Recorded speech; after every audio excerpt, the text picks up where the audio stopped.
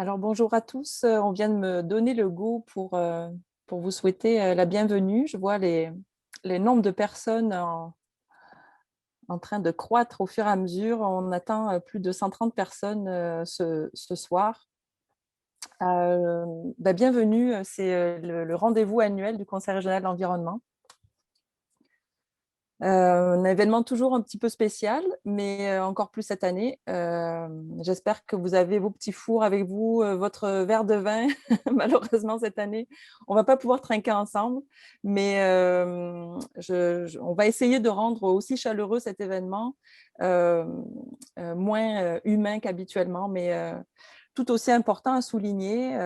Cette année, notamment, c'est l'anniversaire du Conseil régional de l'environnement. Alors, on va avoir un panel extraordinaire tantôt avec Monsieur André Lavallée, Monsieur Michel Labrec, Madame Louise Roy. J'ai vraiment hâte à ce panel avec des personnes de un peu plus de 25 ans d'expérience que l'anniversaire du Conseil régional de l'environnement, mais qui vont, c'est ça, sûrement nous apporter beaucoup aujourd'hui. Alors, bienvenue officiellement à Monsieur et Madame les élus. Les partenaires, organismes, les citoyens engagés qui sont là parmi nous. Puis j'aimerais aussi profiter de ce moment. Je ne sais pas si la slide apparaît à l'écran en ce moment. Normalement, on est censé avoir la diapositive pour remercier les membres du conseil d'administration. Sinon, je pourrais les citer. Est-ce que vous la voyez? Je m'excuse, petit problème technique peut-être. Le partage d'écran, est-ce que ça fonctionne bien? Non, c'est ça, ça ne déroule pas. En fait, il y a juste la première diapo qui n'est pas en mode présentation. Ah, OK, vraiment étrange. Désolée, ça ne sera pas long. Comme ça, vous allez pouvoir voir le visage de tout le monde. Oui, voilà, c'est ça, c'est parfait. Tout... Alors, au moins, les nommer, ce sont des personnes qui enrichissent énormément le conseil d'administration de par leurs multiples expériences et leur complémentarité. C'est un plaisir d'avoir nos conseils d'administration et nos échanges à chaque fois. Alors, Dinou Boumbarou, Ariane Simon-Fortier, Linda Colette, Pierre-Alain Côte-Noire, Dominique Daigneault, Véronique Fournier, Ève Lortie-Fournier, Sylvain Perron, Samuel Pagé-Plouffe, André-Yann Parent et Ron Ressaide, Louise Roy qui va faire également partie du panel. Un gros remerciement à vous pour tout l'apport au Conseil régional de l'environnement. Je sais que Emmanuel va sûrement remercier l'équipe. J'en profite quand même pour le glisser de mon côté aussi. Et remercier Emmanuel parce qu'il va remercier probablement l'équipe, mais pas se remercier lui-même. Donc, simplement souligner aussi son travail exceptionnel. Il a repris au vol finalement la direction générale au début par intérim. Vous êtes tous au courant que Coralie Denis nous a quittés l'année dernière et dès le début de l'année, c'est Emmanuel qui avait repris le flambeau. Donc, bravo pour avoir pu reprendre la barre. C'est pas évident lorsque on reprend la barre d'une grande dame comme Coralie. Puis, on a souligné son départ avec un bel hommage le 12 septembre. Je ne sais pas si parmi vous, certains y étaient. C'était très, très émouvant, très touchant de pouvoir témoigner de son apport pour le Conseil régional de l'environnement, mais aussi pour plus globalement le développement durable à Montréal, puis même au Québec. Puis j'aimerais ça juste profiter aussi de l'occasion, peut-être parmi vous aussi, vous avez eu déjà cette information, mais un autre hommage a été rendu via une bourse d'études supérieures de la Fondation de l'Université du Québec à Montréal, donc de l'UQAM. Elle a été créée par Madame Florence Pauliac-Scherer, qui est professeure à l'UQAM et titulaire de la chaire In situ. Des très grands remerciements. Cette bourse qui porte maintenant le nom de Coralie Denis va pouvoir aider des étudiants qui vont recevoir une aide financière. Et ce sont des étudiants qui vont exceller dans le domaine de l'urbanisme, qui vont pouvoir être appuyés. C'est une bourse qui est déjà en fonction dès cet hiver. Et c'est un bel hommage qui aurait probablement touché Coralie. Alors, sans plus tarder, je pense que j'ai fait le tour de ce que je voulais vous dire et je vais simplement vous présenter la prochaine personne qui va pouvoir témoigner et parler. Donc, c'est Laurence Lavigne-Lalonde. Elle est membre du comité exécutif responsable de la transition écologique et de la résilience, de l'espace pour la vie et de l'agriculture urbaine. Alors, merci beaucoup d'avoir accepté notre invitation. Je vous laisse la parole. Merci beaucoup pour l'invitation. Très contente d'être avec vous aujourd'hui. Bien évidemment, c'est le 25e anniversaire du CRE, donc on ne pouvait pas passer à côté de ça. Donc, je tiens tout d'abord à souligner votre anniversaire. Merci énormément pour le travail qui a été fait. 25 ans de projets, d'idées, de convictions, d'actions pour transformer Montréal, pour que collectivement, on puisse réduire nos gaz à effet de serre, pour qu'on puisse accroître notre résilience comme communauté et transformer nos façons de faire et nos façons de vivre en ville. La part du CRE a été essentielle au cours des 25 dernières années et l'est encore aujourd'hui. Heureusement ou malheureusement, on n'a pas encore réussi à régler l'ensemble des enjeux qui nous concernent, donc on espère que vous allez nous accompagner encore jusqu'à ce qu'on y arrive. On le dit beaucoup aujourd'hui, les villes sont au cœur de la lutte au changement climatique. Eh bien, je pense que le CRE l'a saisi il y a très longtemps. Pour moi, le Conseil régional de l'environnement, c'est un peu le pont entre les grands enjeux canadiens ou québécois et la réalité de leur impact sur le territoire. Là où beaucoup d'organisations se sont mobilisées auprès des gouvernements supérieurs, le CRE a su saisir, je dirais, les opportunités pour faire atterrir ces grandes préoccupations-là et les faire atterrir là, vraiment dans nos villes, a permis de faire comprendre aux citoyens, aux citoyennes, aux décideurs locaux les impacts de nos décisions collectives pour pouvoir les incarner et faire bouger les choses sur notre territoire. Cet organisme a permis, par ses campagnes, ses actions, ses conférences, amener la question environnementale à l'échelle locale, à l'échelle des quartiers. Et ça s'est fait dans des projets aussi concrets et encore aujourd'hui comme la plantation d'arbres, le Parking Day, le guide d'aménagement des stationnements, et à des projets de plus grande envergure, comme toute l'importance de la planification de l'espace urbain et de la mobilité dans la question environnementale. Cette organisation d'action et de concertation a su mobiliser aussi des acteurs de tous les secteurs d'activité à Montréal autour de la question environnementale et démontrer l'importance du local dans ces enjeux-là. Notamment par le gala de reconnaissance qu'on connaît depuis de nombreuses années, le CRE a pu faire rayonner et surtout multiplier beaucoup d'initiatives d'acteurs aux horizons complètement variés, a su vraiment mobiliser des gens de l'ensemble des secteurs d'activité de la Ville de Montréal autour de cette question et a donc permis d'accroître et d'accélérer cette transition écologique. Par son action et sa réflexion, le Conseil régional de l'environnement a évidemment accompagné beaucoup de grandes décisions de la Ville de Montréal notamment. Tout récemment, on peut penser à l'accompagnement incroyable qui a été fait par le Conseil régional de l'environnement, principalement évidemment par Mme Coralie Denis au plan directeur de gestion des matières résiduelles, où on a vraiment remis la réduction à la source comme premier élément du plan de gestion des matières résiduelles, ce qui n'avait pas été le cas dans les plans précédents, ou tout l'apport du Conseil dans le travail qui a été fait sur le plan climat de la Ville de Montréal. Le CRE a été un partenaire là, vraiment essentiel dans ces démarches-là tout au long de la réflexion qui nous a menés jusqu'à l'adoption de ces documents forts de la Ville de Montréal. Comme vous pouvez, j'imagine, le savoir et le reconnaître, aujourd'hui, la Ville de Montréal possède donc un bureau de la transition écologique et est vraiment résolument engagé dans cette transition écologique-là. On a choisi de parler de transition écologique et de ne plus parler de développement durable pour différentes raisons. Et j'avais envie de vous lire un extrait de la définition de la transition écologique qui guide nos actions à la Ville de Montréal actuellement. Donc, la transition écologique propose un nouveau modèle économique et social qui respecte les limites des écosystèmes et qui réduit les émissions de gaz à effet de serre.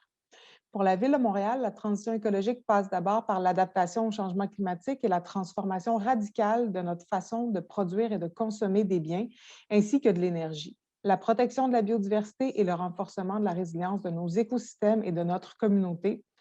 Le tout doit être fait en s'assurant qu'aucun Montréalais, aucune Montréalaise ne soit laissé pour compte. L'adaptation au changement climatique est un processus par lequel une communauté et les écosystèmes qui la composent s'ajustent et se préparent à ces derniers afin d'en limiter les conséquences négatives et d'en tirer les bénéfices potentiels. C'est un extrait, la définition est un peu plus longue, mais on est bien loin aujourd'hui d'une définition du développement durable où c'était le développement qui était au cœur de la réflexion. On est dans un nouveau paradigme où on reconnaît clairement l'urgence d'agir, où on reconnaît l'importance de remettre en question nos façons de faire et de consommer.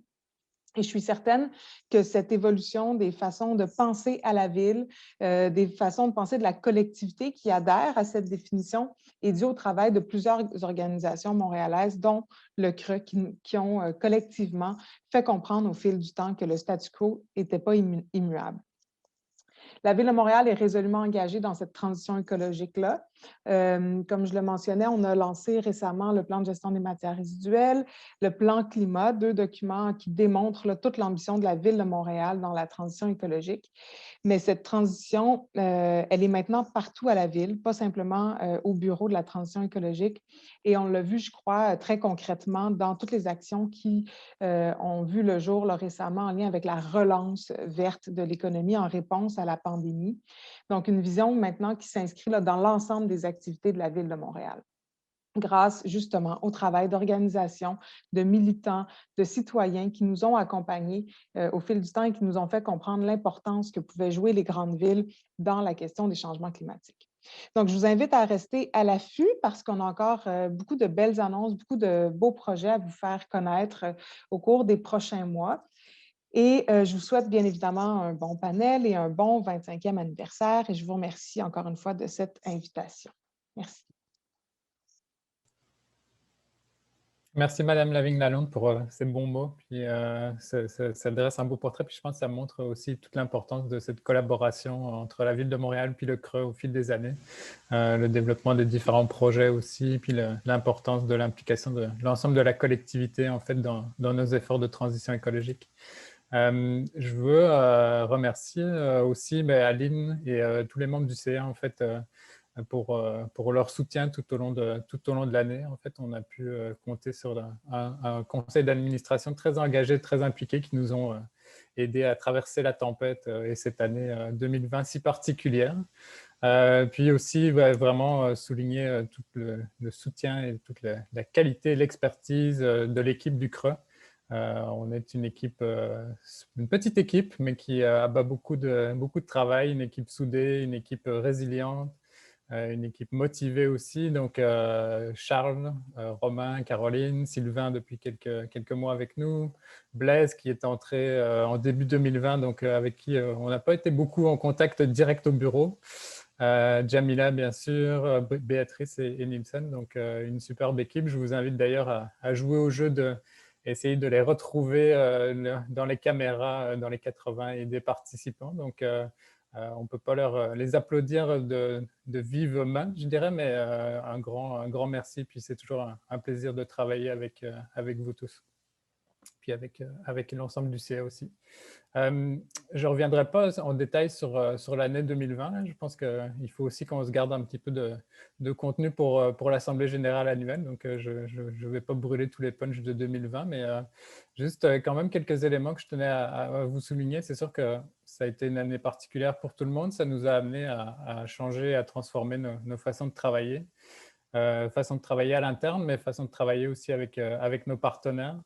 Des nouvelles façons de concerter aussi, puis d'organiser nos événements. Je pense qu'on a tous développé une expertise dans les Zooms et autres outils virtuels. Nos événements ont évolué aussi, puis on a été amené à les repenser. Je pense entre autres au Gala vraiment qui a connu une nouvelle formule en 2020. Des événements qui nous ont permis aussi je pense, en fait non, je ne pense pas, j'en suis sûr, on a pu rejoindre un plus grand nombre de personnes en fait. Certains événements, on a battu des records d'affluence, donc c'est intéressant aussi de voir comment on peut par ces nouveaux outils, aller chercher en fait un plus grand nombre de partenaires puis de collaborateurs dans nos réflexions.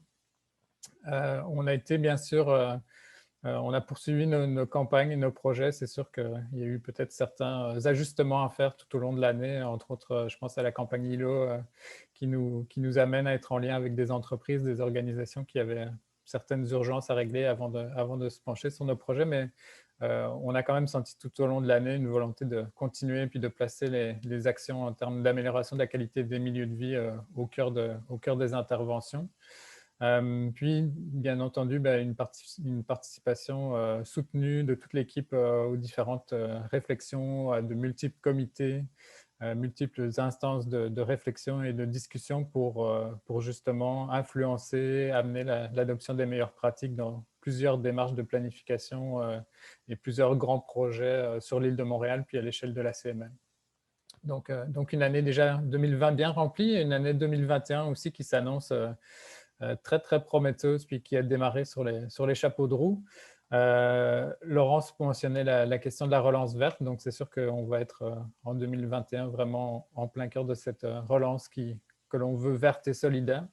2021, année électorale municipale, c'est sûr, fédérale peut-être, avec l'occasion pour le CRE justement d'amener nos demandes, d'amener nos priorités aux différents candidats, de faire aussi valoir certains enjeux, certains projets qui nous apparaissent clés en matière de planification du territoire.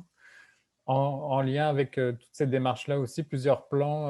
On a parlé tout à l'heure un peu du plan climat qui a été adopté fin d'année passée, mais qui doit maintenant être mis en œuvre. Donc tout le travail, entre autres, qu'on va mener avec le partenariat Climat Montréal et un ensemble de partenaires de la société civile pour accélérer la transition écologique, accélérer les efforts de réduction des émissions de gaz à effet de serre, puis l'adaptation au changement climatique. Le plan d'urbanisme et de mobilité, on a l'honneur d'avoir M. Lavallée qui a travaillé beaucoup sur le plan d'urbanisme de 92. Donc ici, toute une démarche qui redémarre, plan d'urbanisme et de mobilité, qui va vraiment guider le développement de Montréal pour les prochaines années. Donc un grand chantier initié par la ville au cours des derniers mois, et d'autres dossiers qui sont en cours. Quelques dossiers aussi plus spécifiques. Le REM de l'Est est un dossier d'actualité et chaud au cours de ces dernières semaines. Toute la question aussi des secteurs en requalification. On peut penser au secteur industriel de la Pointe de l'île, le secteur Assomption aussi, tout le secteur du technoparc et d'autres secteurs un peu partout sur l'île. Donc beaucoup d'effervescence et de réflexion et de projets en cours.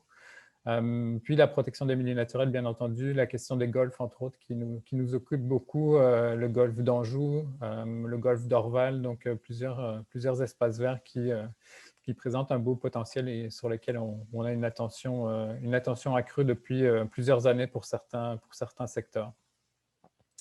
En termes de projets événements également, c'est sûr que la campagne ILO se poursuit au cours des prochains mois, prochaines années. On amène en fait un accompagnement sur 2 autres territoires. Donc, on est vraiment dans une perspective d'étendre l'approche ILO, puis cette consolidation d'une trame verte et bleue active à l'échelle de l'île de Montréal, avec un grand nombre de partenaires qui font en fait la force de ce grand mouvement collectif. Toute la question du stationnement éco-responsable aussi est en effervescence avec l'attestation et un projet qui se déploie maintenant progressivement dans d'autres régions du Québec. Donc, le rôle d'initiateur et d'étincelle que le CRE peut jouer sur l'adoption de pratiques qui s'étendent après à d'autres secteurs et d'autres régions du Québec. Et un projet qui démarre aussi en termes de zone industrielle durable. Donc, plusieurs projets à suivre dans les prochaines semaines, prochains mois. Au niveau des événements, bien sûr, le Gala du Creux qui revient pour une 15e année, cette fois-ci pour une 2e édition en mode virtuel, donc le 29 avril à vos agendas. La campagne J'embarque, rendez-vous de la mobilité, donc un grand momentum autour de la mobilité avec multiples partenaires, multiples activités pilotées par Blaise et Romain, entre autres. Donc, durant tout le mois de septembre, beaucoup d'activités.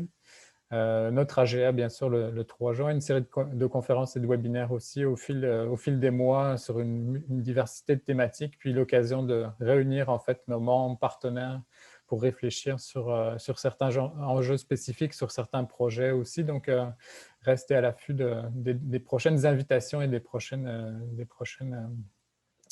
activités qu'on vous concocte dans les prochains jours, prochains mois.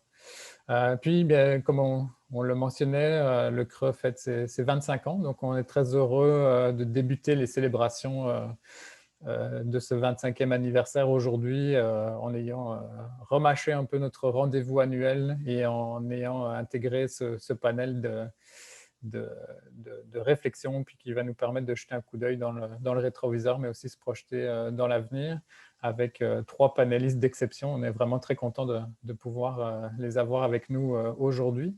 Ça va lancer en fait une série d'activités puis d'événements qui toujours axés sur cette volonté de se pencher un peu vers le passé, réfléchir à ce qui a bien marché, les enjeux, les occasions saisies et ratées des dernières 25 années, mais aussi poser la table pour les 25 prochaines.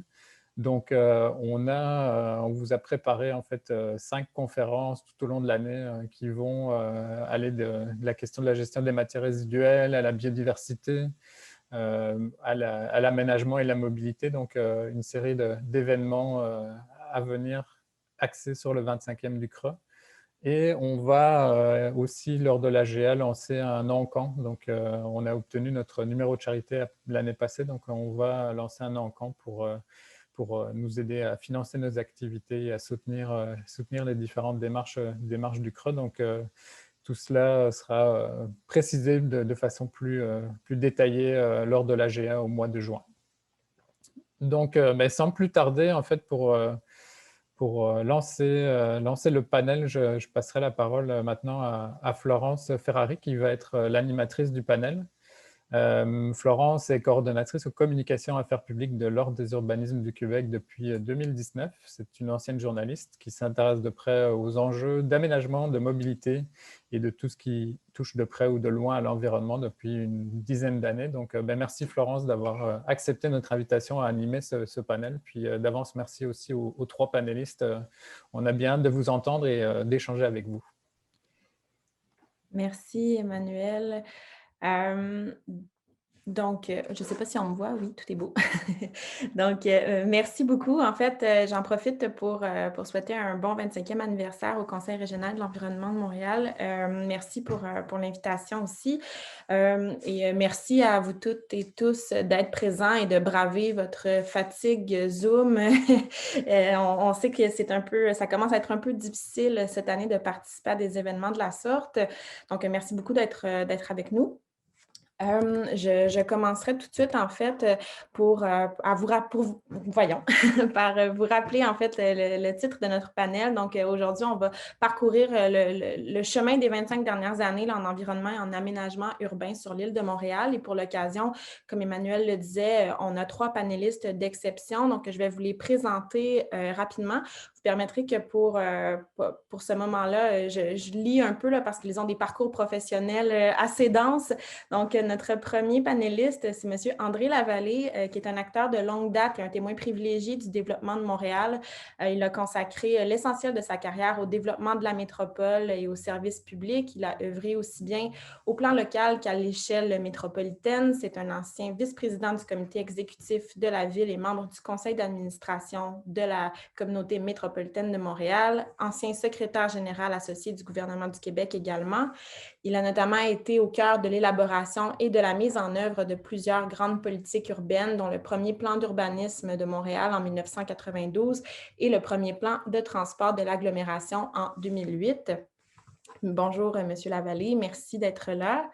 Notre second panéliste, M. Michel Labrec, qui a présidé dans l'ordre Vélo Québec de 1985 à l'an 2000, Montréal en lumière de 1998 à 2009, la Société de transport de Montréal de 2009 à 2013, et il est depuis 2014 le président du Parc olympique. Il a été conseiller municipal à Montréal de 2005 à 2009 et président de la Commission des grands équipements métropolitains. Il a chroniqué à la radio et à la télévision de Radio-Canada et Télé-Québec pendant plus de 20 ans. Bonjour, Monsieur Labrec. Et finalement, Madame Louise Roy, qui agit depuis plus de 35 ans, comme médiatrice indépendante et experte conseil en concertation et en consultation publique auprès des gouvernements du Québec et du Canada, de différentes institutions et compagnies privées. Elle a fait partie de la première équipe du Bureau d'audience publique sur l'environnement, dont elle a assumé la vice-présidence au début des années 80. Plus récemment, elle a présidé l'Office de consultation publique de Montréal pendant 8 ans, de 2006 à 2014. Elle est maintenant à la retraite depuis 3 ans et assume tout de même la vice-présidence des Amis de la montagne et celle du Conseil régional de l'environnement de Montréal. Bonjour, Madame Roy. Donc, nous avons quelques questions, en fait, pour eux, pour commencer finalement la discussion. Une période de questions du public est prévue par la suite. Donc, ma première question, je vous la lance d'abord à vous, Madame Roy. On se plonge dans l'exercice de manière plus rétrospective pour commencer. Donc, comment est-ce que vous qualifieriez l'évolution des pratiques environnementales et d'aménagement du territoire sur l'île de Montréal au cours des 25 dernières années? Quels ont été les moments charnières? Alors, bonjour tout le monde, contente d'être là. En même temps, je vous souligne combien j'ai trouvé que c'était un défi finalement de replonger 25 ans en arrière dans ma documentation, dans mes souvenirs, dans mes coups de cœur, pour essayer de faire cette espèce d'analyse à travers le temps de l'évolution des pratiques environnementales et d'aménagement du territoire. En fait, ça m'amène à constater que la première période charnière de l'évolution, à mon avis, ça a été celle de la prise de pouvoir par le Rassemblement des citoyens de Montréal à l'Hôtel de Ville en 1986. Alors, ça remonte à plus que 25 ans, mais la donne qui a changé à ce moment-là, ça a été tellement important, au fond, ce changement-là, que ça vaut la peine de le souligner. Et ça s'est fait à travers des interventions à 2 niveaux. D'abord, celui de la production des grands outils de planification et d'aménagement du territoire, des politiques de gestion des ressources. Ça s'est poursuivi par la suite, qu'on pense aux différents plans d'urbanisme, aux différents plans de transport, d'aménagement des aires naturelles, de protection du patrimoine, mais aussi à la production de plans stratégiques de développement durable. Alors, à partir de 2002, il y a eu qui se sont succédés différents plans qui ont permis justement de se doter d'indicateurs, de se donner de cibles pour voir comment est-ce qu'on avançait au niveau de l'aménagement du territoire et du développement durable. Et à travers le temps, il y a une toile complexe d'approches et de pratiques qui se sont déployées et puis se sont superposées parfois. En aménagement et en environnement, il y a 3 approches qui m'apparaissent marquantes. Celle qui met l'accent sur le quartier comme lieu d'appartenance, milieu de vie, où la communauté se rencontre et où devraient se regrouper tous les services, où les mixités devraient s'expérimenter. Et là, on parle d'écoquartier, quartier viable, quartier en santé. Et cette approche-là se confirme encore comme souhaitable aujourd'hui et comme valable. Puis on a hâte que les différents quartiers phares se multiplient. Il y a une deuxième approche qui, à mon avis, est marquante aussi, c'est celle qui met l'accent et vous le fil conducteur sur les déplacements. Alors, on a parlé d'unités TOD autour des infrastructures de transport. On a parlé de modes de transport qui pouvaient se connecter, de création de réseaux, les pistes cyclables, les sentiers piétons. Puis ça a été une approche qui a été importante dans le développement du plan métropolitain d'aménagement et de développement de la communauté urbaine de Montréal. Je vous avoue qu'avec le REM, l'arrivée du REM, je perds mon latin. Il y a une autre approche importante qui est celle qui est à la fois multivolet, mais qui met l'accent sur la gestion pérenne des ressources. la santé, la réduction des pollutions. Et là, on parle de verdissement, de nature en ville, de gestion de l'énergie, économie circulaire. Et là-dessus, on a fait, je pense, du progrès. Et maintenant, on est rendu à une approche qui ne peut pas faire autrement que s'attaquer aux grands enjeux du jour, qui sont les changements climatiques et puis la pandémie qu'on vit actuellement, donc fait partie des impacts des changements climatiques.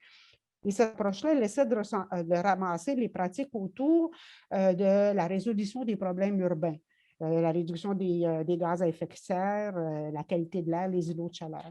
Et au niveau de la participation publique, je vais aller rapidement là-dessus. Ce qu'on constate, c'est que les pratiques font de plus en plus de place à la contribution citoyenne. Et ça ne se passe pas toujours sans heurts, mais ça s'accentue.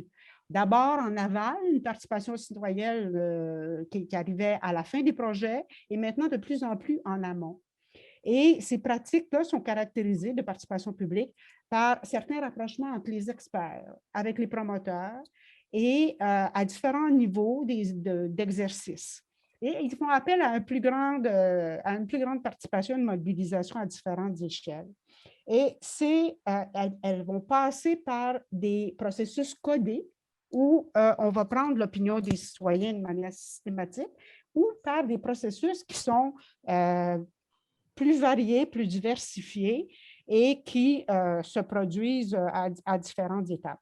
Et pour conclure, je dirais rapidement qu'au fond, on se retrouve aujourd'hui devant une toile de pratiques participatives qui sont multi-échelles en aménagement et en environnement, de gestion pérenne des ressources, de lutte au changement climatique. Et il ne faut pas oublier le volet social qui est important, solidarité et inclusion sociale. Et les plans de développement durable essaient de les évoquer et de mesurer notre atteinte des cibles. Merci beaucoup, Madame Roy. Vous avez découvert en fait d'autres de mes questions. Vous êtes allée plus vite que moi. Je donnerai maintenant la parole à Monsieur Labrec. Monsieur Labrec, si vous voulez, je vous rappelle brièvement la question. Là, donc, comment vous qualifiez l'évolution des pratiques? Vous savez. J'ai 2 minutes, Madame Ferrari. Écoutez, je regarde ça. Vous êtes chronométré. Oui, je sais. La terre, l'eau, le sol, les groupes. Moi, je pense, depuis 25 ans, c'est l'obligation qui a été faite aux ministères, aux sociétés publiques, aux entreprises privées, à tout le monde de se doter de plans, soit de développement durable, de transition écologique, de transition énergétique, avec des indicateurs, des cibles, des obligations de résultats. On ne les atteint pas, on ne réussit pas nos examens, on se fait des cibles puis on passe souvent en dessous, mais les citoyens, les citoyennes sont plus équipés pour mesurer, quantifier, voir le travail. Et même en bonne gouvernance d'une entreprise privée, ou d'un ministère ou d'une société publique. Maintenant, on n'est pas toujours outillé, mais il y a une obligation de s'outiller. Je pense que c'est le plus grand travail qui a été fait spécifiquement là, en développement durable ou en transition écologique depuis 25 ans. Pour les moments charnières, je ne crois pas à ça. Madame, je ne veux pas être désobligeant pour Mme Roy, mais je ne crois pas à ça. Vous savez, dans les années 50, là, le verre était, on retournait tout, le verre était consigné. Le transport Montréal était 500 km de tramway électrique, puis 20 lignes de trolleybus électriques. Tout était électrique. Et on a tout scrappé ça. On a brûlé les tramways là, dans des amours. Donc, je trouve toujours un peu prétentieux. L'environnement, l'écologie, la transition énergétique, le développement durable, c'est du très long terme. Donc, dans les 25 dernières années, j'en vois pas avant non plus là, de moment charnière. On en vit un. Là, on en vit un. Puis, il y a une guerre mondiale, c'est des moments charnières, mais sinon, j'en vois pas. C'est bon, merci. Merci beaucoup. Vous nous avez fait ça encore plus rapide. Monsieur Lavallée, c'est votre tour. On vous écoute.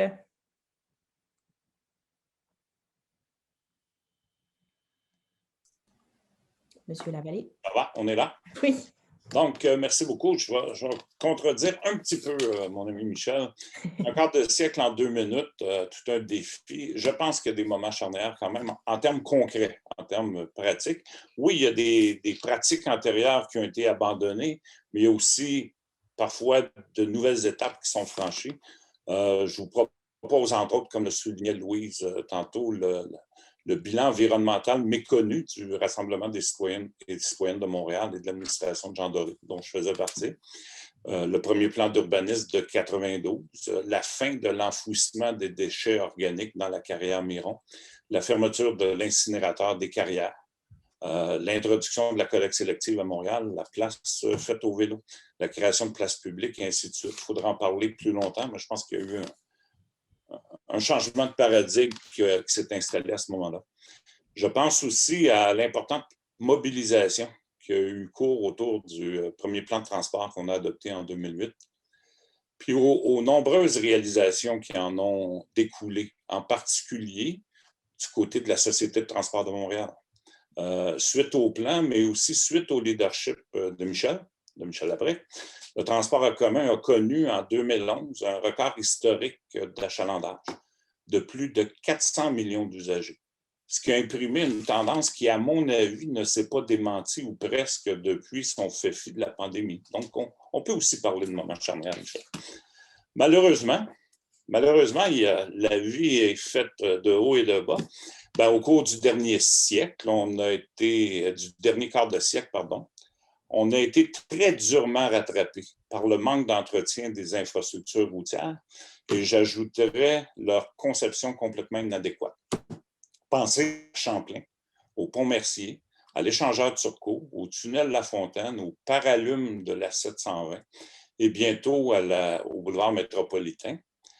Pensons surtout aux sommes considérables qu'il a fallu investir dans la reconstruction de ces équipements au détriment de tous les autres modes de transport collectif. C'est la charnière à l'envers. Dire qu'à Bordeaux, en France, le tramway moderne de Bordeaux traverse la Garonne sur un pont dont la construction a été réalisée sous Napoléon. On aurait à apprendre beaucoup. Du même coup, on a aussi reporté la réalisation d'infrastructures essentielles pour le transport en commun, comme le prolongement de la ligne bleue, dont les travaux aujourd'hui n'ont pas encore débuté, croyez-le ou non. Il y a le SRB P9 qui va être mis en service, si tout va bien, en 2022, c'est-à-dire 20 ans après la fermeture temporaire de la voie réservée. Les Américains ont mis 2 fois moins de temps à aller sur la Lune avec Neil Armstrong, mais c'est surtout un énorme scandale, étant donné que le boulevard P9, en termes de transport en commun, dessert les quartiers comme Montréal-Nord, Saint-Léonard, Saint-Michel, l'est de Rosemont, où les besoins des personnes en termes de déplacement sont les plus grands et ne sont pas répondus. Bref, pour répondre succinctement à votre question, Florence, oui, nos pratiques, elles évoluent, mais en dents de scie. Merci beaucoup. En fait, je vais vous garder avec moi puis je vais vous poser directement la question suivante. Vous avez énuméré beaucoup de choses qu'on comprend. C'est qu'il y a des lacunes peut-être au niveau des planifications, mais il y a quand même eu des moments importants, des grandes étapes dans les dernières années qui nous ont permis d'avancer. Vous avez énuméré aussi des projets ou mentionné des projets en fait qui tournent au ralenti. J'aimerais vous entendre sur ce sur quoi on peut être le plus fier, peut-être. Si vous aviez à choisir une démarche, un projet, un événement dans les 25 dernières années sur lequel vous avez contribué ou non, mais dont les Montréalais peuvent être fiers en matière d'environnement ou d'aménagement du territoire. Sur ce point-là, ma réponse va être très concrète. Elle ne sera pas dans les projets, les programmes. Moi, je pense que je suis profondément convaincu que les Montréalais et les Montréalaises s'intéressent plus que jamais maintenant aux enjeux d'aménagement et de développement de la ville, puis plus largement aux défis des métropoles et encore plus largement aux défis environnementaux. Michel parlait d'une guerre tantôt. C'est effectivement une guerre qu'il faut mener. Je pense qu'il y a beaucoup de gens qui sont prêts à mettre l'épaule à la roue. C'est ça, à mon avis, l'événement le plus marquant, mais aussi le plus prometteur des 25 dernières années. De toute façon, on n'est jamais meilleur que notre dernier bon coup. Je pense que les citoyens sont aussi beaucoup plus ouverts au changement que certains débats le laissent croire. Le plus souvent, peut-être que tout est dans la manière. Une anecdote, en 1960, quand on s'apprêtait à construire le métro à Montréal, Les marchands de la rue Sainte-Catherine étaient aux prises déjà avec la concurrence là, des commerces, des centres d'achat. Ils étaient très inquiets, sont montés aux barricades. Ils n'étaient pas les seuls. Tout le monde s'inquiétait de l'impact de la construction du métro. Et même selon le directeur de l'urbanisme à l'époque, un chantier de cette envergure-là, refaire les infrastructures, construire le métro, ça voulait dire la mort de la rue Sainte-Catherine. Mais après une analyse, parce que les gens ont discuté, ont posé des questions, je pense que le droit de poser des questions dans n'importe quel projet devrait être érigé comme un droit des citoyens fondamental. Après analyse, après multiples questions, après recommandation des services, la Ville a décidé de déplacer le tracé de la portion de la ligne verte au centre-ville vers le boulevard Maisonneuve. Puis du même coup, le tracé de la ligne orange qui devait se faire sous la rue Saint-Denis, un petit peu à l'est de la rue Saint-Denis, là, entre Rivard et Berry. La gestion du changement est un sujet en soi. Je pense que c'est un enjeu majeur. Ça ne se règle pas à coup de slogan, mais on gagnerait beaucoup, à mon avis, à accorder à cette question-là de la gestion du changement, de l'accompagnement du changement, toute l'importance qui lui revient. Voilà. Merci beaucoup. Monsieur Labrec, je retournerai vers vous. Je vous pose la même question.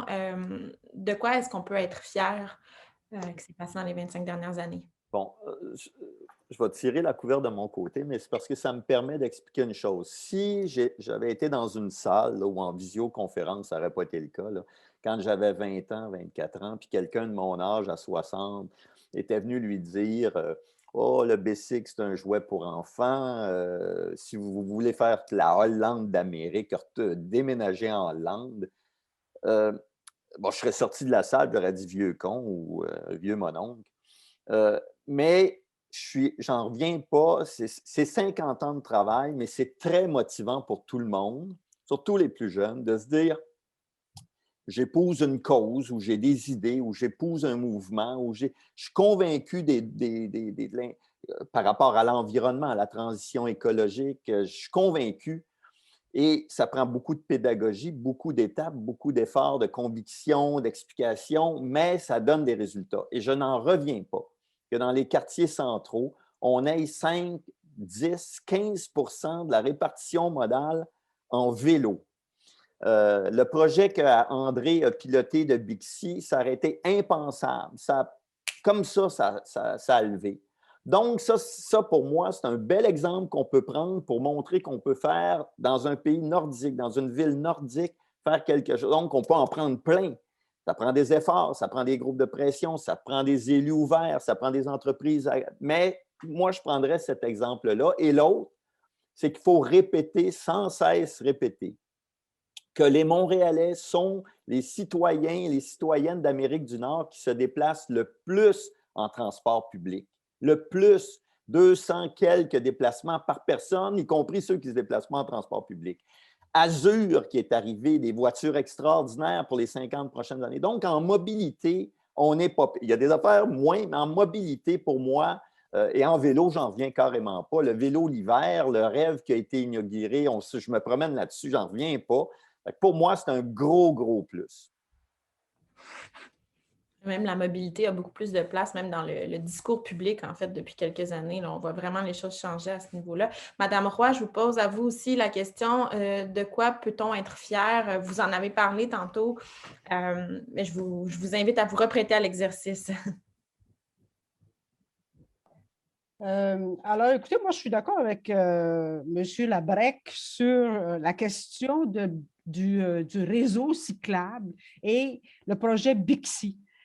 C'est quand même devenu, à un moment donné, une référence mondiale en matière de vélo libre-service et c'est une des choses dont moi aussi je suis très fière.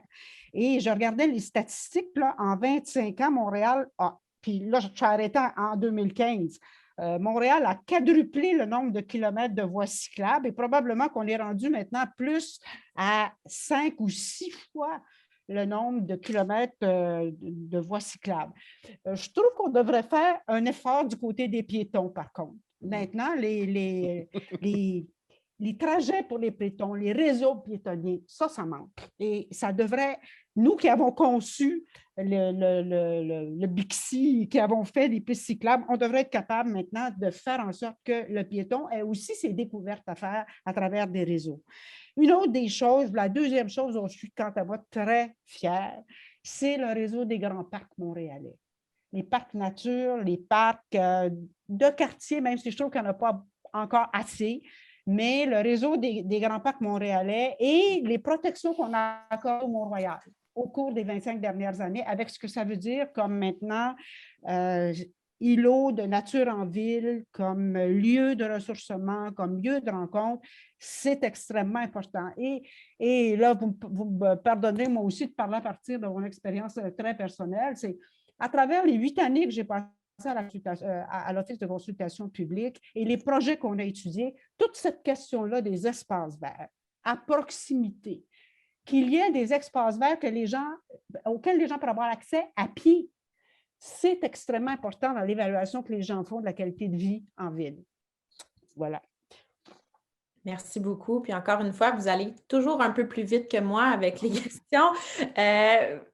Ma prochaine question, en fait, c'est sur ce qui n'a pas eu assez d'attention dans les dernières années. Vous le savez, il y a quand même beaucoup d'éléments en aménagement du territoire qui sont dans nos angles morts, dans l'angle mort de nos politiques aussi. Donc, vous l'avez mentionné avec les piétons.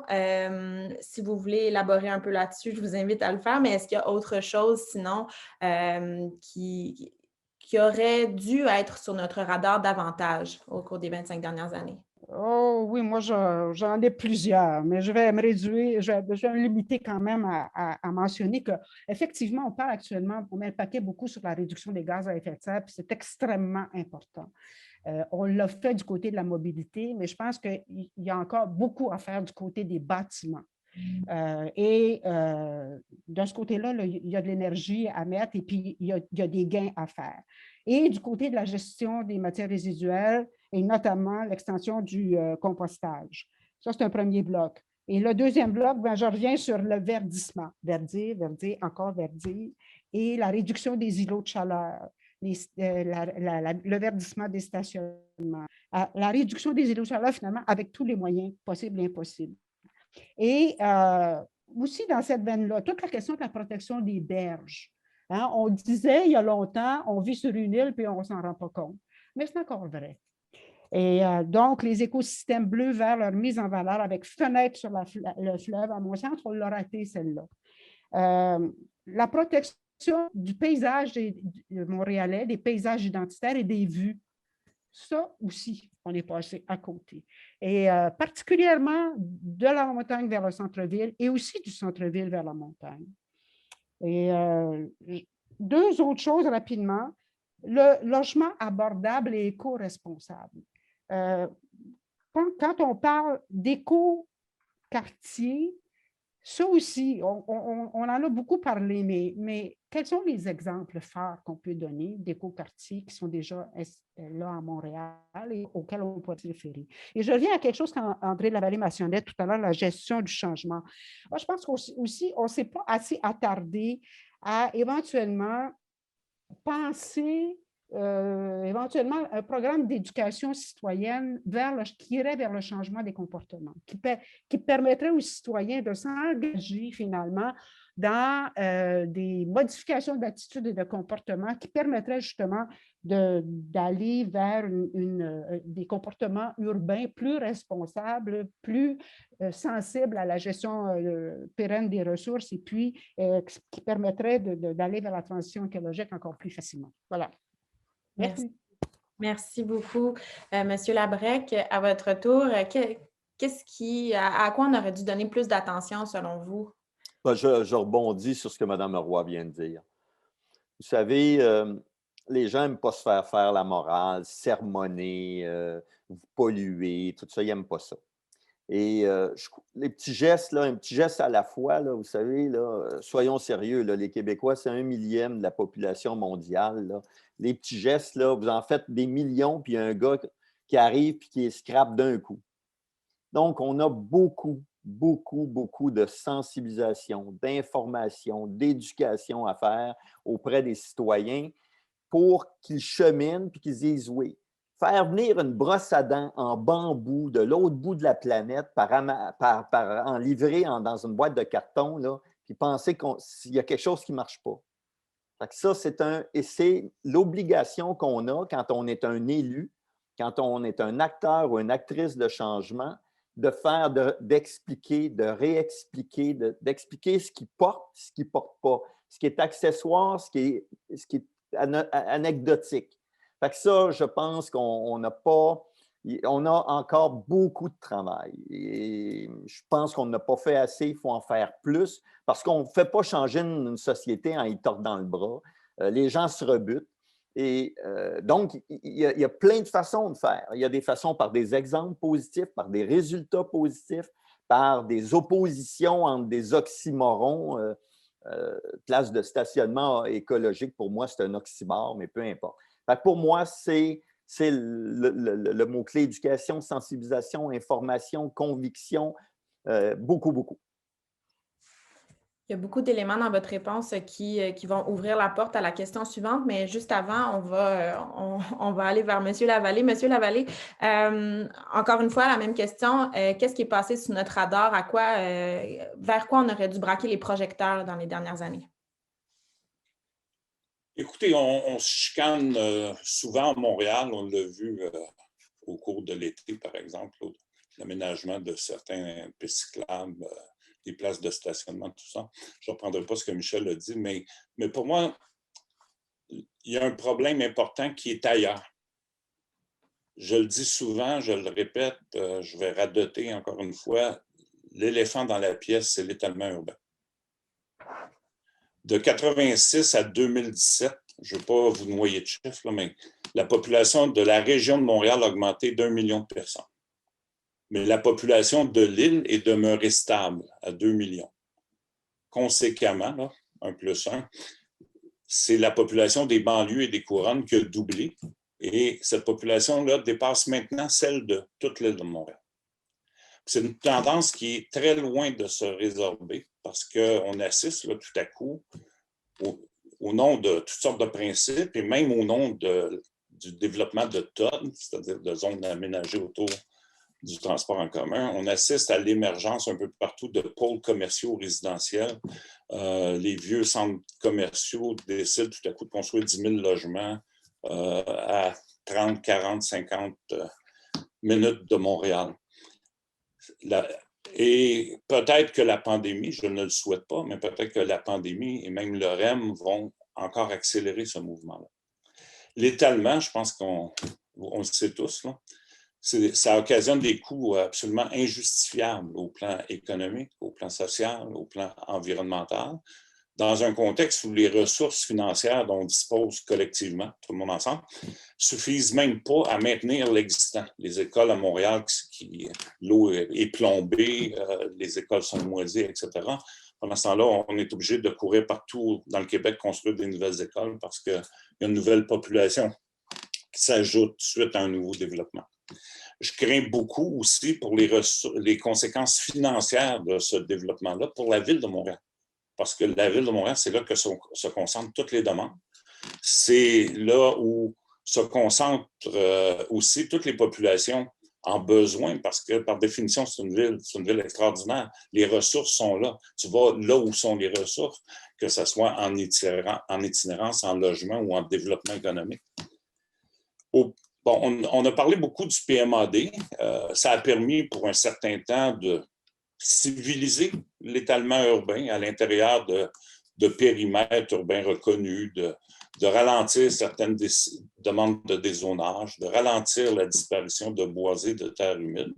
Mais en même temps, les coûts associés à la congestion routière ont doublé. Puis ça ne va pas disparaître, à mon avis, avec l'électrification des voitures individuelles. Est-ce qu'il est utopique de freiner l'étalement urbain? On me dit ça souvent, on me répond ça souvent. Ben, personnellement, je crois qu'on n'a pas le choix. Faut sortir la tête du sable. L'approbation récente, on se souvient récemment de l'approbation par le gouvernement du nouveau schéma d'aménagement de la MRC de Montcalm, a soulevé des réactions en raison au moins de ses effets évidents sur l'étalement urbain et, mettons que c'est poli de le dire comme ça. De son côté, le ministère des Transports du Québec, malgré un discours extrêmement positif du gouvernement du Québec en faveur, par exemple, du développement de l'Est, le MTQ, lui, à l'heure actuelle, là, concrètement, les chantiers qui sont en cours, c'est l'élargissement des autoroutes puis la reconstruction du boulevard métropolitain à l'identique. Il y a une conversation qui est annoncée, nationale, qui est annoncée par le gouvernement pour transformer la situation, mais une conversation de ce type-là, c'est jamais neutre. Et pour l'instant, on ne connaît pas du tout, du moins formellement, les intentions du gouvernement face, entre autres, à l'étalement urbain. C'est l'éléphant dans la pièce, c'est un gros éléphant, et notre pièce est limitée là, parce que la population augmente, mais elle n'augmente pas à un rythme qui justifierait un étalement comme celui-là, loin de là. Et les ressources, en conséquence, on ne les a pas. Voilà. Est-ce que, puis là, je vais vous poser une grosse question, est-ce que vous avez des pistes de solutions pour freiner cet étalement? On le sait que le cadre fiscal municipal est un peu un paradoxe environnemental dans ce cas-ci, ça n'aide pas. Donc, est-ce que vous avez... Vous me posez ce qui serait peut-être ma conclusion, mais je me répéterai tantôt, mais je pense que si on est sérieux, quand on parle d'une métropole verte, résiliente, solidaire, on ne peut pas juste parler de Montréal. Il faut convaincre les élus, il faut se convaincre, il faut convaincre les élus, il faut convaincre le gouvernement de s'entendre pour mettre frein à l'étalement urbain, en tout cas un gros frein, un gros break, pour densifier intelligemment les centres urbains. On parle de Montréal, on voit le débat à Québec aussi autour de la densification du centre, autour du tramway, pour relancer le cœur de la métropole. Michel l'a dit, l'ampleur des défis, le sentiment d'urgence qui devrait nous habiter, moi, ça me suggère que les gouvernements devraient non seulement nous inviter à converser, mais devraient aussi, pour appuyer leurs propositions, prendre immédiatement des décisions audacieuses. Décisions audacieuses, je pense par exemple à un moratoire complet sur le développement ou l'élargissement du réseau autoroutier supérieur. Je pense à des mesures radicales pour protéger les boisés, les milieux humides. Les citoyens, un par un, dans chacune des petites municipalités du Québec, on le voit là tous les jours dans les journaux, sont face à des lobbies, à des organisations extrêmement puissantes qui, quand elles n'obtiennent pas satisfaction, rasent le boisé entre la tourtière et la dinde ou la dinde et la tourtière. Je pense au patrimoine bâti, par exemple. Donc, il y a tout. Je vous posais la question, est-ce qu'il y a des choses qu'on peut faire? Je pense qu'on a tout un programme devant nous. Évidemment, on a chacun notre wish list aussi sur des projets plus ponctuels. Je vous en parlerai tantôt. Mon dada, c'est le développement de l'Est de Montréal, mais aussi là, dans une perspective de développement durable. Pourquoi? Parce que les infrastructures sont là, sauf le transport en commun qui n'est pas complètement adéquat.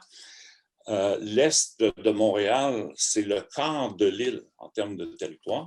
L'Est de Montréal, si c'était une ville, on se défusionne demain matin, c'est la 3e ville au Québec, après Montréal et Québec. Je ne propose pas la diffusion de l'Est de Montréal. Bien au contraire. Pour moi, pour l'Est, je rêve concrètement de meilleurs emplois, de plus d'équité. On a vu ce qui s'est passé avec la pandémie dans certains quartiers, d'écoles et d'équipements collectifs adéquats, d'une plantation massive d'arbres. Vous en parliez tantôt, je pense la présidente du CRE ou Louise, d'une plantation massive d'arbres. Mais concrètement, là, il y a des rues complètes, pour ne pas dire des secteurs complets de quartiers comme Saint-Michel où il n'y a pas un arbre sur la rue. Dans mon quartier à moi, on aménage, on plante du brocoli dans les saillies. Peut-être que nos priorités ne sont pas ajustées à nos objectifs. Puis pourquoi pas, moi aussi, je rêve d'un grand parc métropolitain à Montréal, mais dans l'est de l'île, au bout de l'île. Ça, c'est ma wish list concrète à moi. Mais ça passe par des décisions courageuses qui doivent être prises pour l'ensemble de notre territoire. Sans ça, on s'olore un peu. Mm-hmm. Oui, vous avez mentionné la conversation nationale qui est en cours et qui est menée par le ministère des Affaires municipales et de l'Habitation. Puis moi, ça me pose la question, en fait, de l'évolution du rôle puis de la place des acteurs de la société civile qui, vous le savez, sont invités à participer à cette conversation-là. Dans les dossiers d'environnement puis en aménagement, c'est quoi le poids que les différents acteurs peuvent s'attendre à jouer ou doivent jouer, que ce soit dans les décisions des instances municipales, mais aussi, on le sait, l'aménagement du territoire ne se cantonne pas aux limites administratives. Donc, vous pouvez voir plus large également. Je vais revenir à vous. Je vais renvoyer la balle à M. Labrec pour essayer d'équilibrer les temps de parole. Donc, M. Labrec, si vous voulez répondre à cette question sur le rôle des acteurs, je vous écoute. Ben, moi, je suis tenant de la politique au sens grec, de l'implication dans la cité. Je pense que les groupes qu'on dit de pression ou de revendication ou que certains traitent de radicaux, ou peu importe, c'est fondamental, essentiel, nécessaire. Si ça n'avait pas été de Gabriel Lupien qui crée avec Gérard Larose, tout ça, Vélo-Québec dans les années 60, puis qu'on transforme en Vélo-Québec. Puis, je ne dis pas que les acteurs politiques ne réagissent pas ou n'initient pas des choses, mais il y a une représentation citoyenne par ces groupes-là qui est extrêmement importante. J'ai présidé le Conseil régional d'environnement de Montréal. J'étais là à sa fondation. C'était très important d'avoir une discussion, je dirais intelligente, là, je mets un bémol, c'est-à-dire donc avec des arguments qui sont scientifiques, démontrés, démontrables, explicables, mais il ne faut pas s'illusionner. Ce n'est pas parce que le CRE va présenter sa feuille de route dans une campagne électorale que l'élu va l'accueillir. Il y a une cohésion à faire avec les citoyens, comme je le disais, les citoyennes tout à l'heure, en expliquant, éduquant, informant pour qu'ils voient là, le lien entre leur action et les conséquences.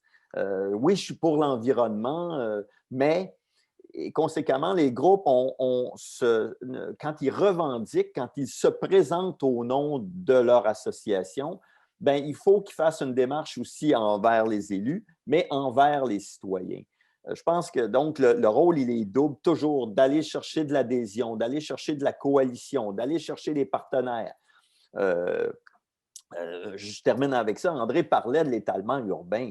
Bien évidemment que et le PMAD, l'étalement urbain, c'est une question, mais c'est que les citoyens vont devoir, et chacun son petit geste, mais si on a un exode urbain, si on a un étalement urbain qui progresse 2-3 fois plus vite que la population, il y a un problème.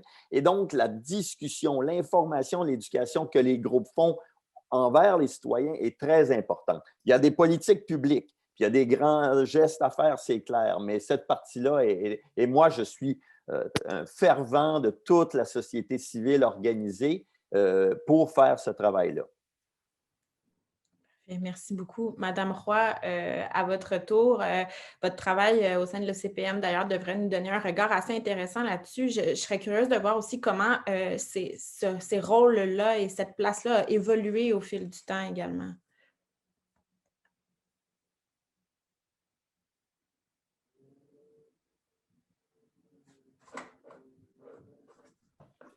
Avec l'institutionnalisation de la consultation publique, soit par le biais des commissions du Conseil, des comités consultatifs d'environnement. Après ça, on a eu la création de l'OCPM aussi. On a ouvert formellement la possibilité d'influencer les décisions municipales à des groupes qui auparavant n'avaient pas la possibilité de le faire parce qu'ils n'avaient pas les contacts pour le faire, passer à travers les barrages de l'administration publique et parfois même celles qu'on dirigeait autour des élus. Donc, et les partenariats sont développés aussi entre la ville et les différents groupes communautaires. Je pense par exemple dans le traitement des matières résiduelles, pour ne donner qu'un exemple. Puis aujourd'hui, ce qu'on constate, c'est qu'il y a la participation publique, c'est devenu un passage obligé. Et il y a une multiplication de lieux de consultation publique, d'intervenants qui consultent les publics. Parfois, c'est même les promoteurs qui le font. Ça va être des services municipaux, ça va être la ville elle-même à travers des processus codés. Donc, et puis, on consulte aussi les citoyens à différentes étapes de la construction d'une décision. Tout ça, ça fait en sorte que le rôle des groupes de la société civile doit, jusqu'à un certain point, évoluer. Si il va y avoir un poids dans la prise de décision municipale, le constat que je fais de mon côté à partir de l'expérience de l'Office, c'est que leur force de représentation et leur capacité à mobiliser, c'est un élément qui est majeur.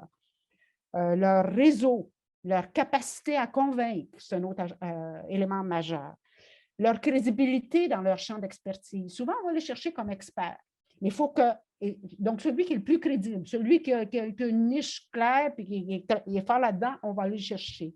Et leur omniprésence aussi. Il faut qu'ils soient un petit peu partout et que finalement, ils interviennent un peu partout.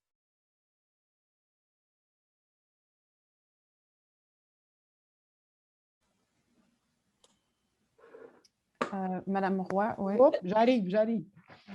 Alors, l'importance de leur rôle en éducation populaire, moi, c'est vraiment aussi extrêmement important. Mais l'appel qu'on fait, l'appel direct, de plus en plus fréquent à l'opinion de citoyens, d'individus, à titre individuel, ça complexifie le rôle, je pense, et le poids des organismes de la société civile en environnement.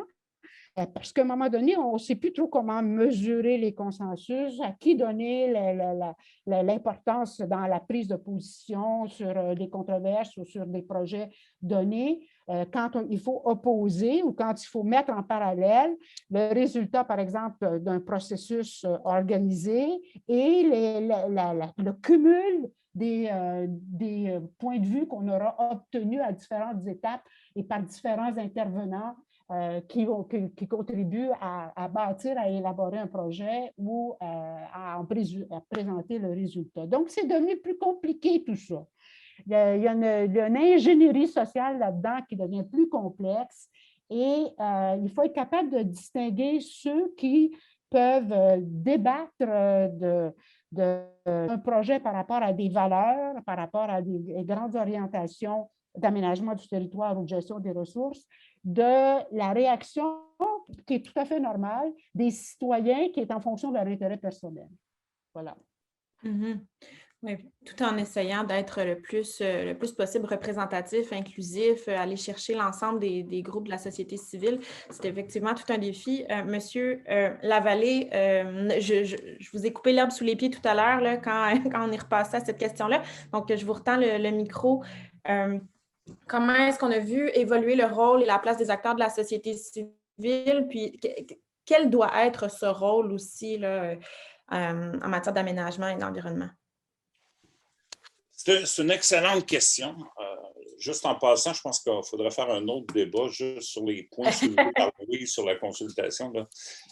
Elle pose des excellentes questions également, mais sur l'évolution des choses, écoutez, je ne veux pas me vieillir, mais quand j'étais jeune, là, on achetait nos légumes au comptoir alimentaire, les enfants allaient à la garderie populaire, on vivait dans une coopérative d'habitation, etc. Il y avait un mode là, communautaire, consensuel, là, il fallait tout faire ensemble.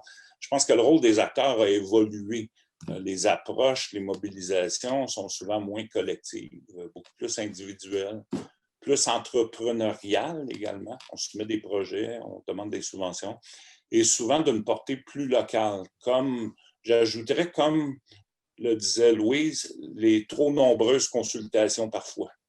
Parfois, on divise un projet tellement en morceaux que, dans le fond, on gère le temps, on décide de rien, on ne connaît pas les orientations de personnes à la fin d'un processus trop laborieux. Mais en même temps, on était 500 000 dans la rue, interpeller les gouvernements sur l'avenir de la planète lors de la marche du climat à Montréal en septembre 2019. Puis on se fait grâce de tous les gens qui étaient partout ailleurs sur la planète. Donc, il y a peut-être un nouvel équilibre à trouver. Moi, je ne veux pas minimiser les actions individuelles ou plus locales. Des fois, le brocoli dans la saillie, là, ça me tombe un peu ses nerfs.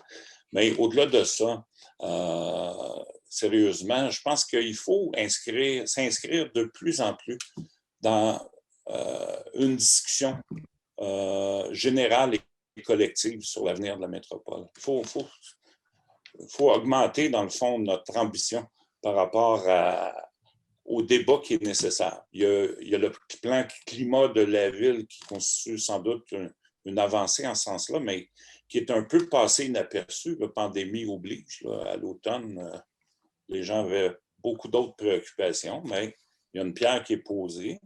En 2017, l'administration Plante s'était engagée à mettre à jour les plans d'urbanisme et de transport dans le mandat actuel. J'ai compris que l'exercice est finalement reporté pour l'essentiel au prochain mandat.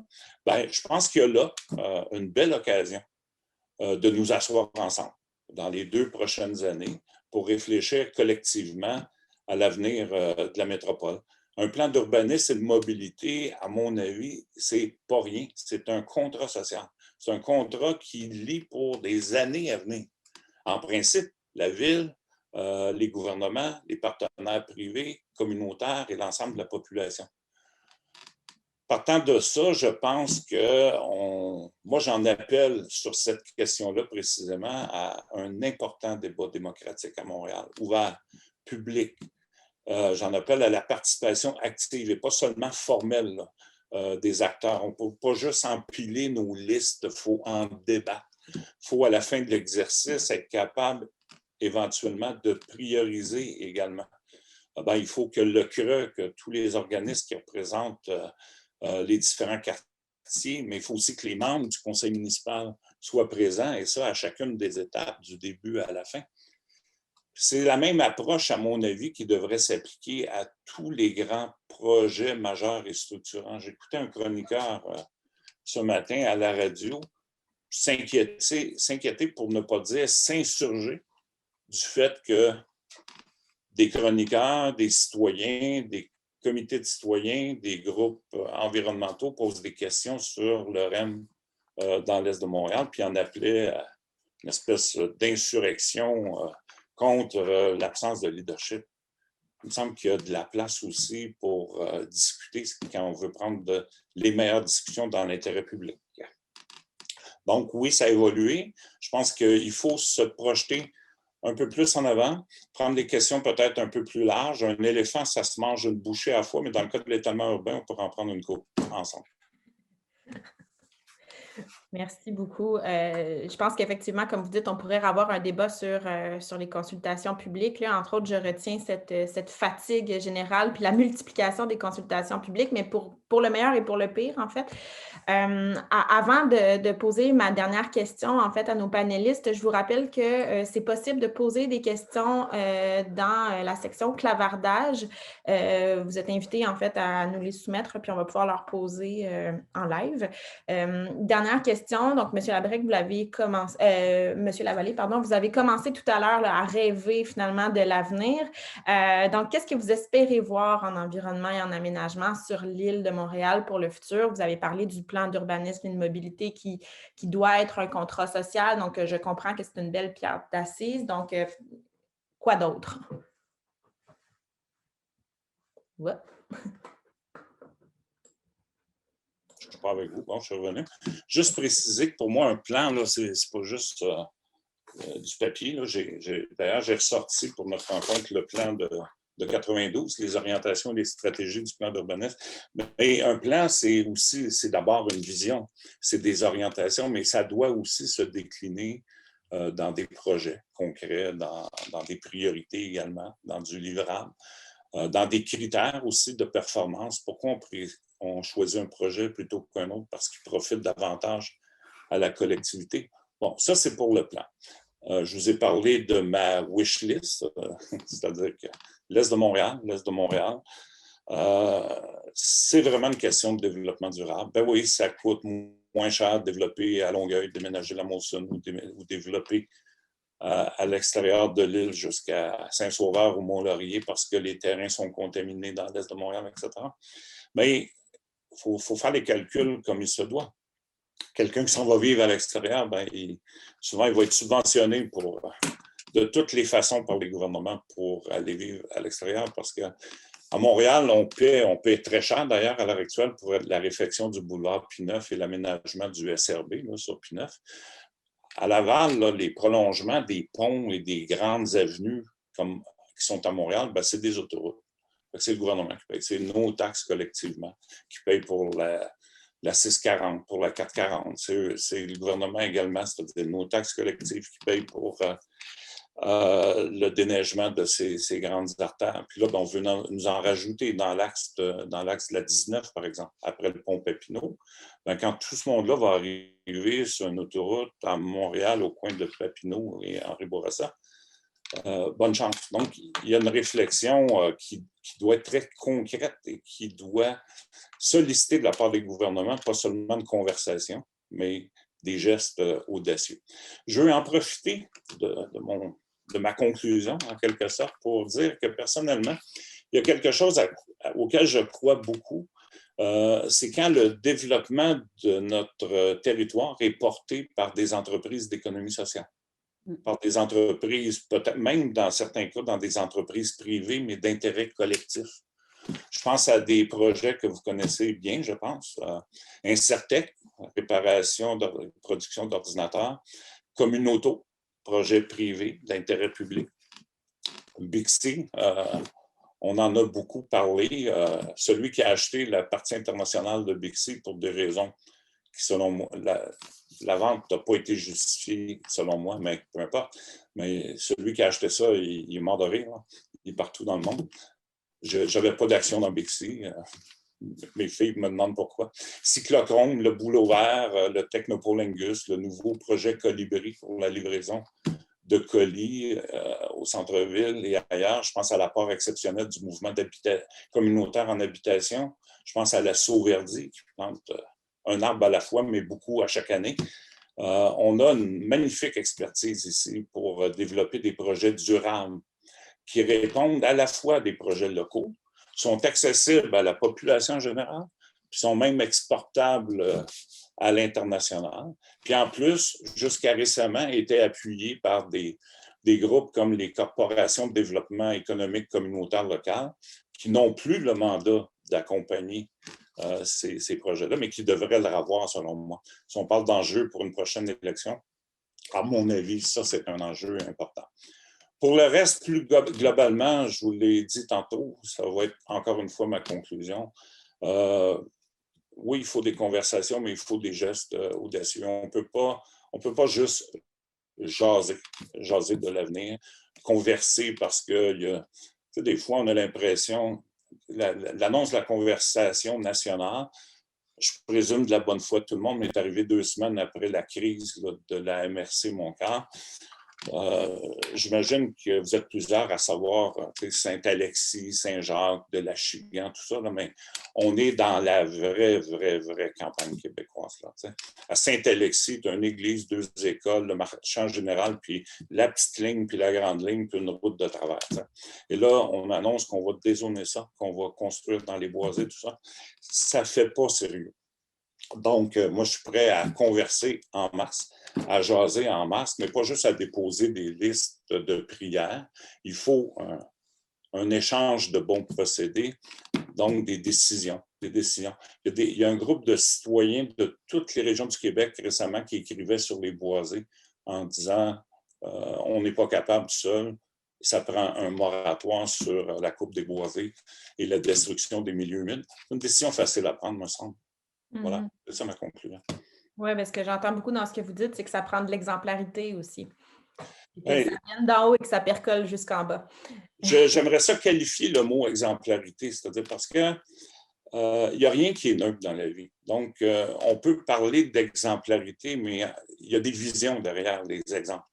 Un exemple peut être très mauvais, peut être très bon.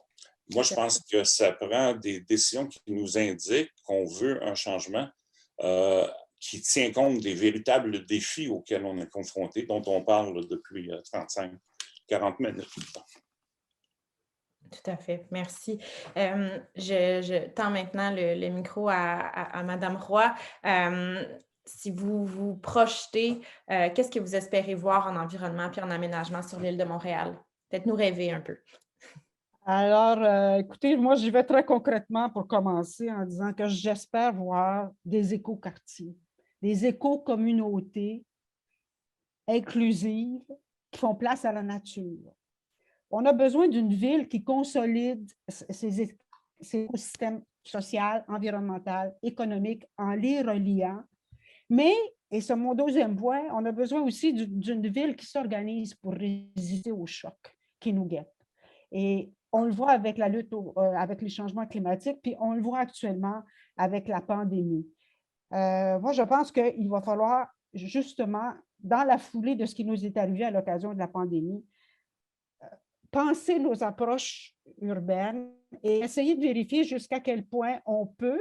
Il y a des approches urbaines qui ont été beaucoup basées sur la proximité. Hein? Puis là, on voit comment, en tout cas, il y a des impacts liés au fait qu'on se côtoie et de très proche, de la contagion, puis, et tout ce qui est arrivé avec la pandémie, qui deviennent extrêmement importants quand on pense à aménagement et quand on pense à gestion de l'environnement. Donc, penser nos approches urbaines de proximité qui ont leur avantage et qui présentent des acquis pour qu'on puisse les conserver, mais essayer de voir comment ces approches-là, on peut les améliorer, les adapter de telle sorte qu'elles répondent aux enjeux de santé aussi, de santé publique que la pandémie a fait émerger, aux nouvelles approches de télétravail, aux luttes à l'isolement, aux questions de réaction aux catastrophes aussi. Alors ça m'apparaît un deuxième bloc. Il faut être capable de s'organiser dorénavant, maintenant qu'on est dans la lutte au changement climatique par-dessus la tête et qu'on a vécu une pandémie importante. On n'a pas le choix que de s'adapter au changement climatique. Et à ces pandémies-là qui peuvent arriver, c'est notre défi. Alors, je dirais, juste pour terminer, que moi aussi, je suis mûre pour une ville qui passe à l'action. C'est peut-être que ça fait longtemps que je travaille en environnement, que j'ai vu, que j'ai attendu, que j'ai fait toutes sortes de compromis, de concessions, mais là, je pense qu'on est dû pour miser sur la mobilisation et passer à l'action, qu'il y ait des grands chantiers qui soient organisés de telle sorte qu'ensemble, en n'oubliant pas le programme d'éducation citoyenne, mais qu'ensemble, on mette en œuvre les plans qu'on a développés depuis des années. Voilà. Merci beaucoup. On a une question dans la section clavardage. Je vais juste... Monsieur Labrec, je garde votre conclusion pour tout de suite après. Je vous la pose à tous les trois. Si ça interpelle quelqu'un, faites-moi signe. Donc, je vous la lis. Est-ce qu'il ne faudrait pas que le plan d'urbanisme soit l'occasion de pleinement intégrer les enjeux écologiques et particulièrement le réseau écologique à protéger, conforter et créer? C'est une question de Sabine Coursier. Donc, je ne sais pas, Madame Roy, est-ce que vous voulez répondre? Bien, c'est sûr que, compte tenu de l'importance du plan d'urbanisme dans ce qu'il entraîne comme transformation éventuellement ou comme adaptation, voilà une belle occasion pour en discuter. Mais, puis effectivement, le plan d'urbanisme est supposé intégrer des enjeux. Il faut, pourvu que qu'il y ait une connexion qui soit faite aussi avec les plans de développement durable qui sont développés, les plans climat. Donc, il y a une nécessité d'intégrer l'ensemble de ces éléments-là et c'est loin d'être facile. Alors, donc, de faire une occasion de discussion là-dessus, c'est un défi, mais l'occasion du plan que nous offre le plan d'urbanisme est peut-être excellente. Effectivement, il ne faut pas la rater, elle est là. Merci. Monsieur Labrec, je reviens vers vous si vous voulez aussi débuter avec une réponse à la question qui nous est soumise. Puis ensuite, si vous voulez rêver un peu avec nous, je vous laisse la parole. Madame Roy a bien résumé ça. Oui. Bon, j'étais sûr, j'ai dit André ou Madame Roy vont terminer, donc ça va voler haut avec de l'envergure. Là, je ne veux pas changer ma conclusion. Écoutez, premièrement, vous savez, on dit qu'il y a un syndrome pas dans ma cour quand les gens s'opposent à un projet ou le Nimbus ou le banana, là, built absolutely nothing anywhere near anybody. Mais non, le banana, oui, c'est ça. On s'oppose à tout. Construisez rien nulle part. Mais c'est un moteur humain énorme, hein, la proximité, notre voisinage. Donc, moi, je continue. Madame Roy a parlé, on s'est aperçu d'une chose dans la pandémie, il manque d'espace vert de proximité, il manque de liens verts, il manque de verdure, il manque de liens pour les piétons, il manque de choses qui font que mon quotidien, très égoïste de ma vie d'urbain, est plus agréable. Et ça, je pense qu'il y a une dimension extrêmement égoïste qui est dans ma cour, mais moi, pour moi, j'étais à Vélo Québec jeune, je vais être piéton Québec vieux, c'est clair. Je veux des espaces verts, je veux des toilettes publiques pour ne pas être obligé, quand je suis avec mes petits-enfants, de les faire pipi dans la haie parce que tous les restaurants sont fermés. Fait que je veux beaucoup d'éléments qui sont macro, mais micro dans la vie urbaine, la qualité urbaine, puis tout ça. Il y a un élément dans toutes les aires, là, recycler, récupérer, réutiliser, réparer, surcycler. Il y en a un, il faut vraiment commencer à en parler sérieusement, réduire. Il y a 2,5 millions de colis dans des boîtes de carton avec un sourire dessus, là, qui arrivent tous les jours à New York. Là. Ça n'a pas de mots. Ça va détruire tous les commerces de proximité. Donc, il faut réduire. Ce n'est pas agréable, le monde n'a pas le goût, mais il faut commencer à dire aux gens, ça ne se peut pas d'avoir 3 millions de bébelles. Et dernièrement, dans votre dernière question, vous disiez, quand est-ce que je vais rêver d'une métropole là, inclusive, verte, résiliente, solidaire? Je ne la verrai pas. Je ne veux pas décevoir personne, je vais être mort, ça va être mes enfants puis mes petits-enfants qui vont faire ça. Il y a encore beaucoup trop de travail pour que je vois ça de mon vivant. C'était ma conclusion.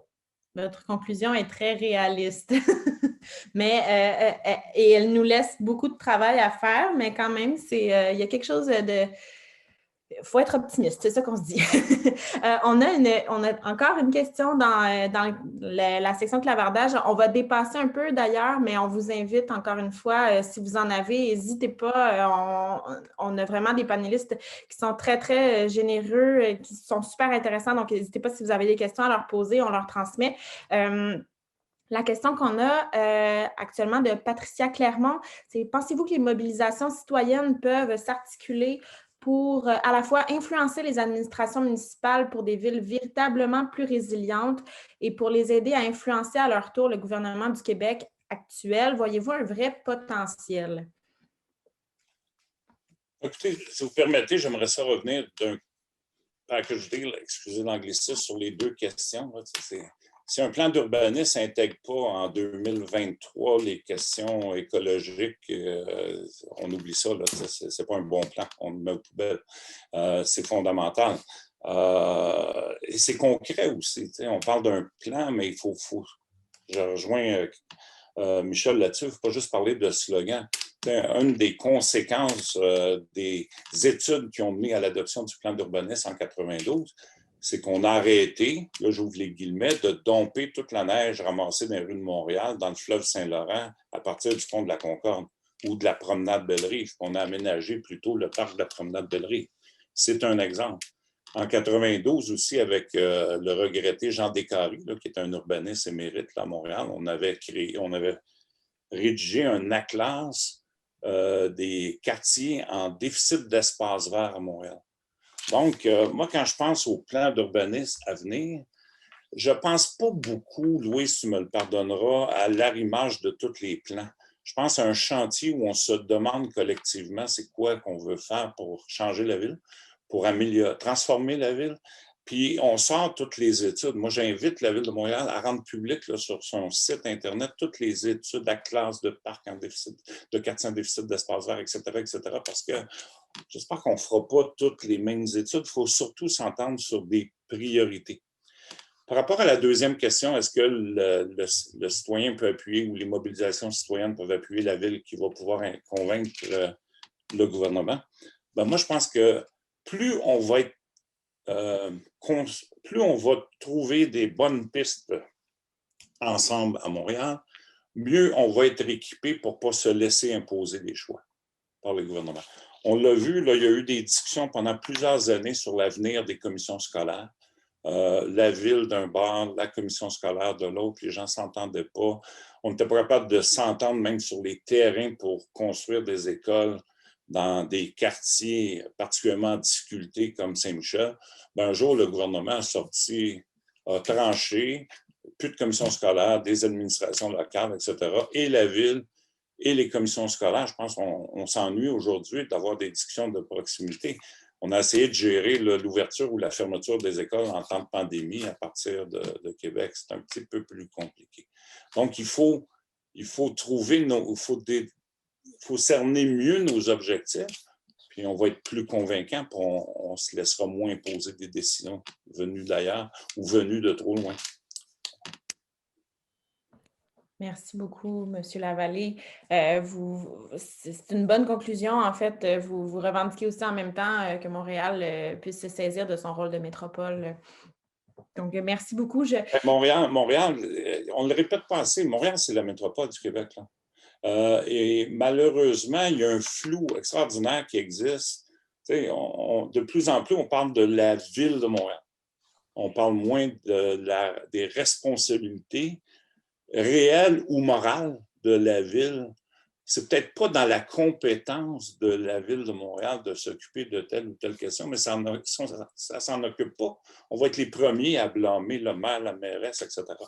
Donc, Montréal, c'est une métropole. C'est normal que Montréal s'intéresse au développement économique, même si ce n'est pas sa première compétence. C'est normal que Montréal revendique en termes d'habitation, même si l'argent vient de Québec. Il faut revenir, il faut réaffirmer que Montréal est la métropole du Québec. Moi, je ne l'entends plus souvent, plus beaucoup, cette affaire-là, ce principe-là de départ. Puis, ben, on devient une ville, puis de l'autre côté, il y a Longueuil, Laval, puis Mascouche, puis Terrebonne, puis il y en a 1400 au Québec. Fait que si on essaie de mettre tout égal pour les 1400 au Québec, là, on n'ira pas loin. Voilà. Merci beaucoup, M. Lavallée. Merci beaucoup à tous les trois pour votre générosité. Vous nous en avez donné énormément. Je redonne la parole à Emmanuel pour le mot de la fin, mais encore une fois, merci beaucoup à tous les trois. C'est très apprécié. Oui, ben merci. Je serai très bref là, mais merci beaucoup à nos trois panélistes. On aurait pu vous écouter pendant de longues heures. C'était super intéressant. Puis je pense que j'ai noté quelques sujets de futures discussions aussi tout au long de vos échanges. Merci aussi Florence pour l'animation qui était de façon exemplaire et super dynamique. Je veux juste retenir, en fait, je vous partage juste 3 mots en fait, que j'ai retenu des échanges, c'est audace, ambition et action. Je pense que ça résume ce que nos 3 panélistes ont amené, puis ça nous donne du courage aussi, puis ça nous donne espoir pour les futures actions. Donc, merci beaucoup à tous les participants. Si on était à peu près 90, c'est sûr que c'est moins amusant et on n'a pas l'occasion de trinquer avec un bon verre de vin comme à chaque rendez-vous, mais on se souhaite que l'année prochaine… Ah, Monsieur Lavallée, oui, allô, mais on se souhaite que l'année prochaine… On se souhaite, c'est ça, que l'année prochaine, on se retrouve en personne. D'ici là, ben, restez à l'affût de nos futures activités, futures actions. On va être très actifs avec toute l'équipe sur les multiples dossiers qui vont nous occuper pendant les prochains mois. Donc, encore merci beaucoup à tout le monde, puis au plaisir de poursuivre la conversation.